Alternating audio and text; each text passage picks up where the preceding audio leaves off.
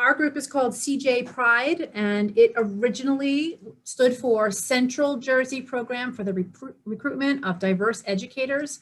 But we have grown so much that we can't say anymore that we're Central Jersey. And there's a whole bunch of politics about whether there actually is a Central Jersey. I know there's some of that kind of talk too.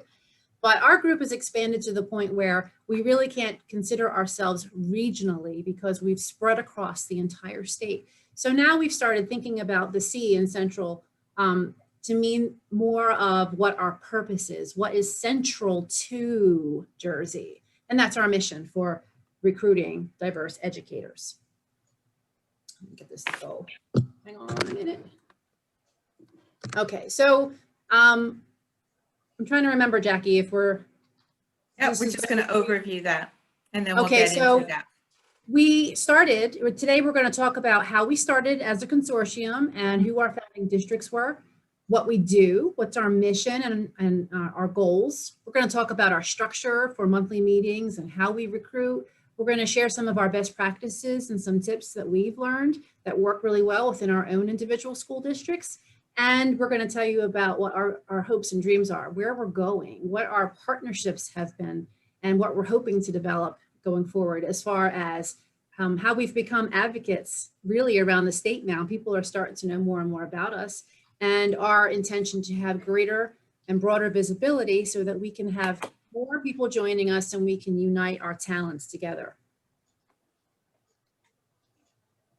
All right, well, welcome everyone. Thanks for joining us. Again, my name is Jackie Schneider, and I'm from Franklin Township in Somerset County. How we started, we are lucky to be one of the founding districts of CJ Pride. We had a total of 8 founding districts. And it's funny, it was started in 2002, and I actually did find the original documentation and memos and emails to the different districts informing our group. And at that time, very similar if you think about our mission now, it was pledging to work together to address the need to recruit more quality teachers for the 21st century, particularly teachers who can add to the diversity of our faculty. At that time, we were formed as a consortium. We created brochures, as you can see, that were distributed. They were kept in our HR departments, any type of, in our parent information, just letting the public know that we belong to this group that was committed to recruitment of diverse educators. One of the big things that they started was a job fair. We all did and still do. We participate in the university job fairs, and we find, as good as they are, they're particular to the students in that university as well as the alum. This central job fair was much more far-reaching. So our first job fair was in January 2003, and it was held at Hillsborough. You could go back a couple. You're going too fast for me. There you go. And it was held in Hillsborough. And at that time, the group was created with participation with the Department of Education, as well as with a liaison from the TCNJ at that time. So even in our first job fair, we had presentation there from the Department of Ed for the alternate route to teacher certification. We know how important that is, and we still do it. They were actually unprepared for the turnout that we had that time. Following year, you can move that. There you go. Following years, we continue to have our job fairs. They've been held in Princeton, in Lawrence, lines out the door on a Saturday afternoon, very long lines, and in Hightstown much more recently. We continue to have the brochures because at that point, really, recruitment was still in paper. We were just starting to utilize online tracking, applicant tracking. So most of the applications were resume, cover letters. The job fairs created a bigger opportunity for all of us to meet candidates that would normally not be coming through our pipeline.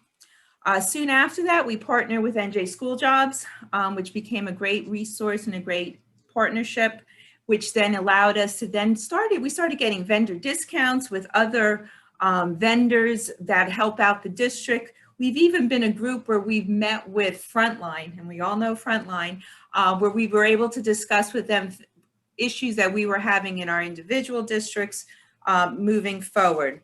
The website was created not to where it's getting. Each year it's getting better and better, and that is certainly one of our committees that we're working on. And then we come to our last 2019 job fair.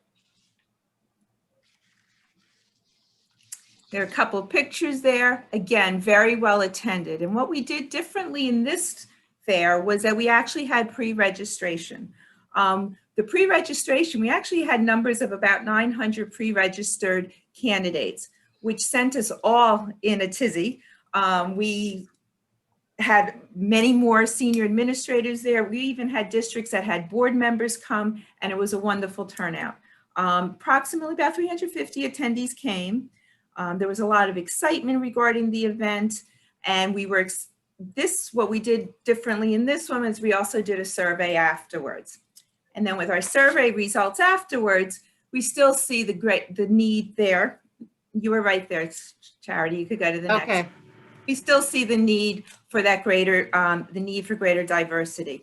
Again, very much in line with our conference theme. What the feedback told us, similar, that the districts continue to feel frustrated at the lack of diversity present in the pool of participants, as well as a lack of diversity in the pool of teachers.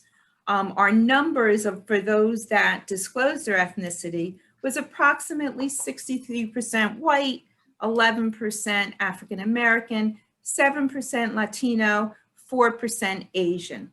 Again, it's nice to finally have quantity. We realized that we needed to, in order to find a solution, we had to start gathering data. So we get all excited and we're all set now for our 2020 job fair. We start promoting, it's all set to be done at Heightstown. We're about to put the pre-registration out, and lo and behold, here was our advertisement. Obviously, lo and behold, we had to postpone it and then eventually completely not be able to hold the job fair. A lot of discussion. We thought about going virtual to be able to put something on. We're all in different districts. I mean, one of the amazing things, if you notice on the advertisement here, was that there were 29 school districts. So from a group that started with 8 school districts to be able to go to a venue where you had 29 school districts with job openings ready to hire was very impressive and very attractive to candidates. Also, in all our job fairs, we've always had kind of a PD piece here. NJ School Jobs was actually doing resume reviews. We always have someone available to talk about certification. Charlene was also going to join us to talk about the alternate route program at Rutgers. So again, we're trying to provide as much information in these job fairs. As I said, once we started, and obviously we got all hit with the pandemic, it was very difficult for any of us to be able to put on a virtual. So NJ School Jobs jumped in, our partner, and jumped in, and they held their virtual job fair. They held it virtual, their job fair, which in turn helped us to, many of us participated in that. Gives us some great ideas moving forward. And hopefully what they provided us in the next couple slides was some of their data that they collected from the school jobs. This was the platform that they used. It was just as if you were walking in at an auditorium. Each of the school districts had their own booth where they were able to put their promotional materials. The administrators participated there. And then if you go to the couple slides there, some of the demographics that they provided us, you could see in the dark areas of the United States, there were candidates that attended the job fair from each of these states. So obviously we recognize the wide reach of doing a virtual job fair. And further, again, collecting data, you can see that we had approximately 800 attendees. And you could see in the next slide where the demographics fall on those, similar, a little bit higher actually than the demographics that we had collected from the 2019 job fair. The next, even by gender, we know there's always a disparity between male and female teachers. And again, a little increase there for male teachers attending. Jackie, do you mind if I just quick add to that, though? Not Certainly, to interrupt you. No, I appreciate it. Even with our work, though, what's great about the CJ Pride Job Fair is that the numbers, even as they are now, are still much more diverse than what we're seeing in the national average across. Because if you look nationally across the entire country, that, you know, most of the time you're going to have about 84 to 87% white female staff members. And so even looking just at in the middle of a pandemic, you know, you'll see some variance. You'll see a greater percentage of African American, you know, that are just for that one job fair, and there's just more. You know, it's like when you have a piece of pie, it's never good to have too much pie. When we're having Thanksgiving, we shouldn't eat the whole pie. We should have lots of different, you know, smaller cuts, right? You shouldn't eat that green piece. It's probably not good for your waistline. So the more pieces that are cut into the pie is really better. And our work, that what, like Jackie just pointed out, like she even gave the stats for our in-person versus our participation in the NJ Schools job is already a little better. We'd like to not eat still as much pie, you know? Right. Thanks for letting me jump in, Jackie. Nope. And you're on. Okay, great. Coming together. So as Jackie so beautifully went over our history, you know, we are very proud of our friendships, and all of us know in education how much of us, like, we go way back. I'm sure there's people on this call that you can look around if you can see their screen and you're going, hey, I know you. You and I used to work together, you know, before. Hey, we're administrators now, but back in the day, we used to teach together. You know, education is full of networking and long-running relationships, and that is just how it is because we're social beings. So coming together is great. Networking is great. Staying together and collaborating together, of course, is awesome, and you can get a lot done. And as our group gets together and we have networking and we talk to each other and we share ideas, we're doing it online through the listserv. If you're in school boards, we're doing all kinds of things together. What we find, though, is that we have to work together. It's not just networking. It's not just talking. We actually need to align our goals to get some work done. And that's really where we are with CJ Pride. Take a look at our currently participating districts. And we really do on a weekly basis have lots of interest. We have districts that just are reaching out. I had someone reach out today asking for some more information on how they can become part of our consortium, because people are realizing that as we work together, you know, even though we're all kind of competing over the same candidates and we're all trying to get the media specialists and the Spanish teachers and everybody wants those same people and we're rivaling each other, we also want to work collaboratively together because there's power in numbers. I couldn't even fit our numbers onto the screen when we were creating, you know, just to give you a snapshot of how we look. So, and I know David's getting ready to go over some of this as well. And you can take a look at the counties around the state and see where we are. And you can see why we were saying that we're no longer Central Jersey, because we're not. Now, Atlantic County, I see we got 2 down there. We're looking at some of those other southern counties too, because you know, this is not just North Jersey. We're not going to change it to NJ Pride to stand for North Jersey, you know, program or anything. We are, you know, have a central and core mission to work collaboratively together. So I'm going to now share with my colleague David Bailey to tell us a little bit more about CJ Pride. Fantastic. Sharon, if you can just back up one slide. Terrific. Thanks. Hey, everybody. I'm Dave Bailey. I'm the Human Resource Director in Milburn Township Public Schools here in Essex County. I'm a long way from Mercer County, where I'd say CJ Pride's roots are and where it got started. But I actually live in Mercer County, so I happen to connect with these people, I say, earlier than some of the other districts up north. So anyway, I want everybody take a look at the screen. I mean, Jackie started out with our 8 founding districts and how we started. And as you can see, things are definitely changing. The benefits of having a diverse staff, the cultural connections to students, the student experience, they're becoming more and more clear each year as to the importance to our district and the way we staff our district and our classrooms. So what was 8 districts became 16, became 29, became more. And now we're, I think, in the mid 40s with our current roster of people who are signing on. an organization this size is starting to have some influence. So that's one of the benefits we didn't, I think, initially anticipate, but now we're seeing it, and there'll be more on that later.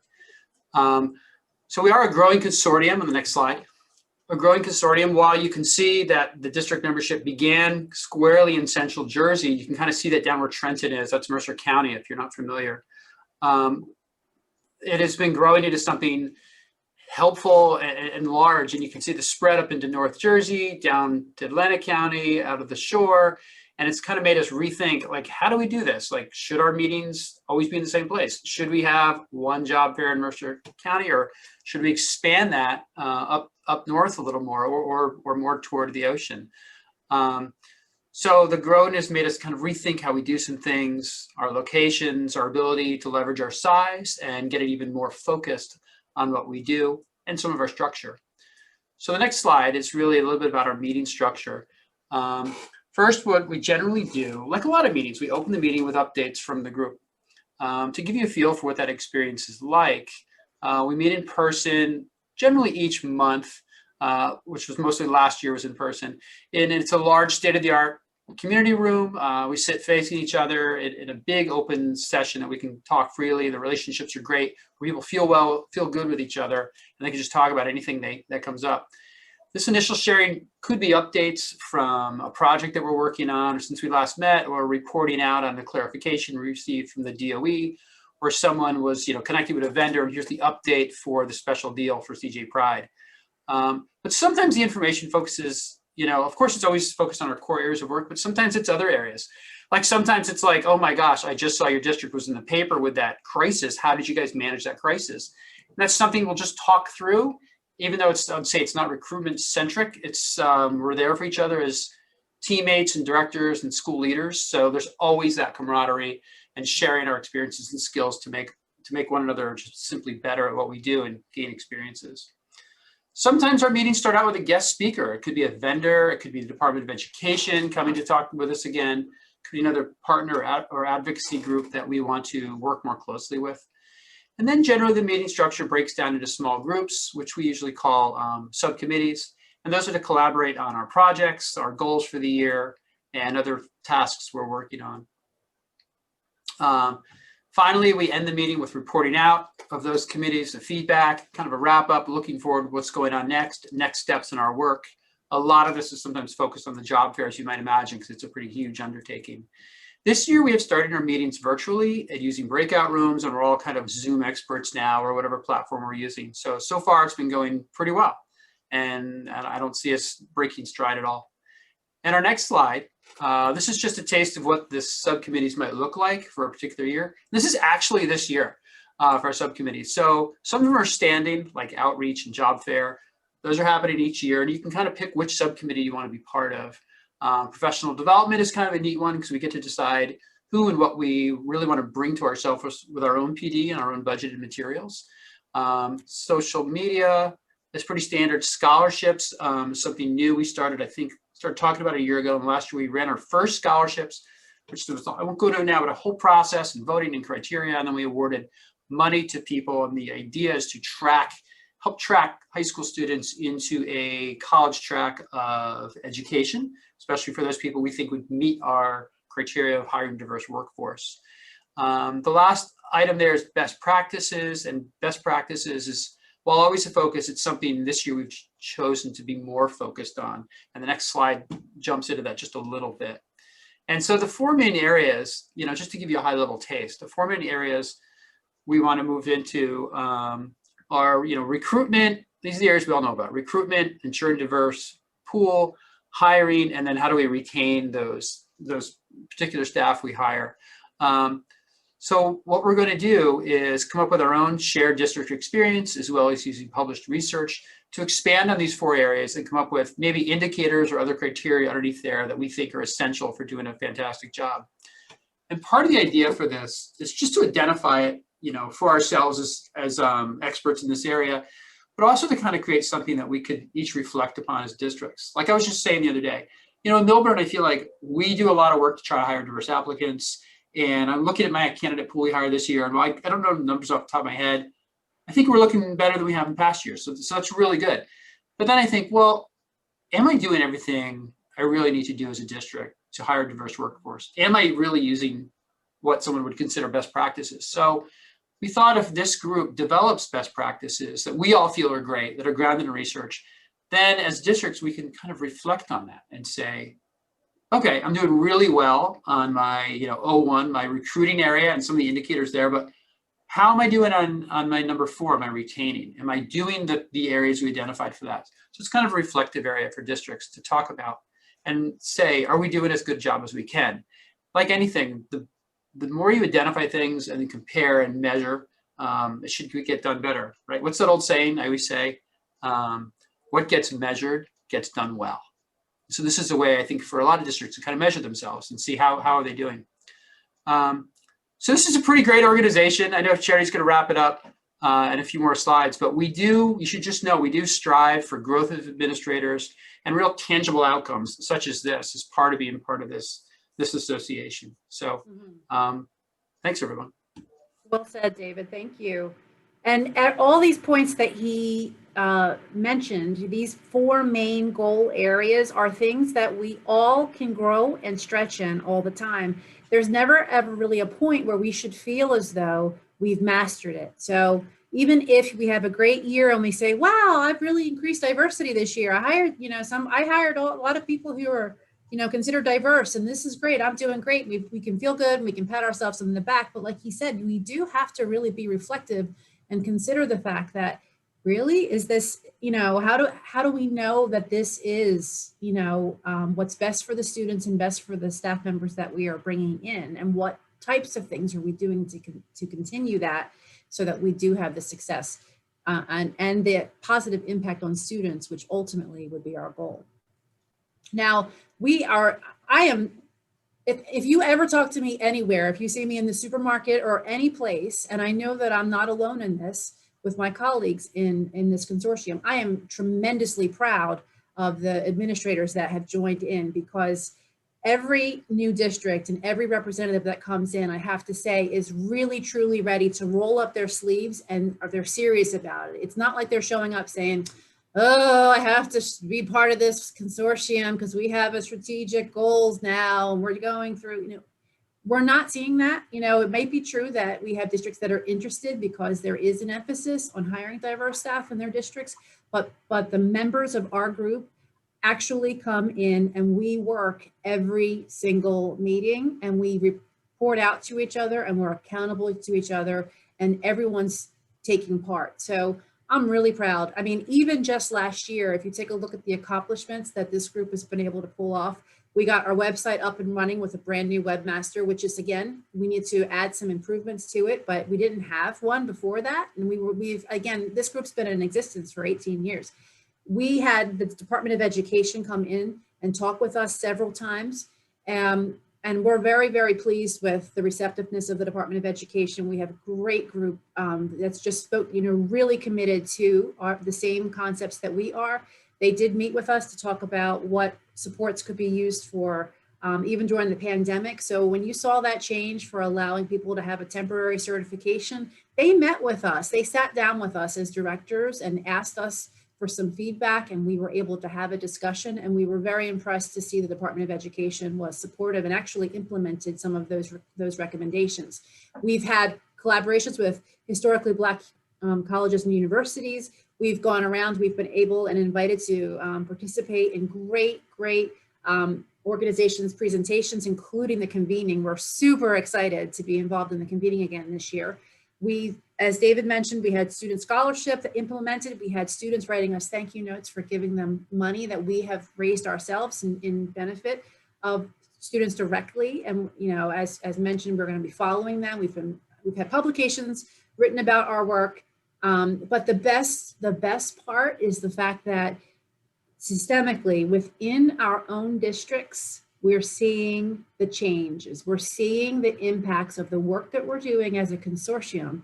And then we're coming back to our districts and we're talking to our administrators and we're saying, look at the work that we're doing. Let's take a look at these concepts and let's think about the impact that it's having on students. And our administrators are actually benefiting and changing. I've seen tremendous improvements in West Windsor Plainsboro in our hiring practices and the work that we've been focusing on. And I know several of my colleagues, if not most of them, can report the same within their individual districts. So in alignment with our growth and with everything that I can brag all day long. So if you want to go shopping at ShopRite and you want to hear me talk some more about it, let me know, because I'll be happy to do it.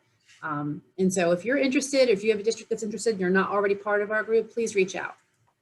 Now, where do we plan to go? No, we're not going to go to, finishing school and have to walk around with books on our head. But we do want to, not become complacent and not just pat ourselves in the back all day and say how great we are. We do want to continue to look into the talents of the different leaders that we have in our group. So we look for increased partnership. We want diversity in our consortium. So we don't want to just be Mercer County. We don't want to just be Somerset County. We want to have representatives from all counties around the state, because just like our students and just like our staff, our counties and our school districts are not the same. And that's what's the problem a lot of times in education, is that there's a one type of law or bill or change to policy that works well for some districts, but it doesn't work for all districts. So the more diversity we have as educators and in a group such as ours, then the better recommendations that we can make with our partnering organizations. We also are seeking for greater accountability. We want to leverage the abilities of our members. I have some of the best and the brightest educators I have ever met anywhere, in our group that we meet monthly.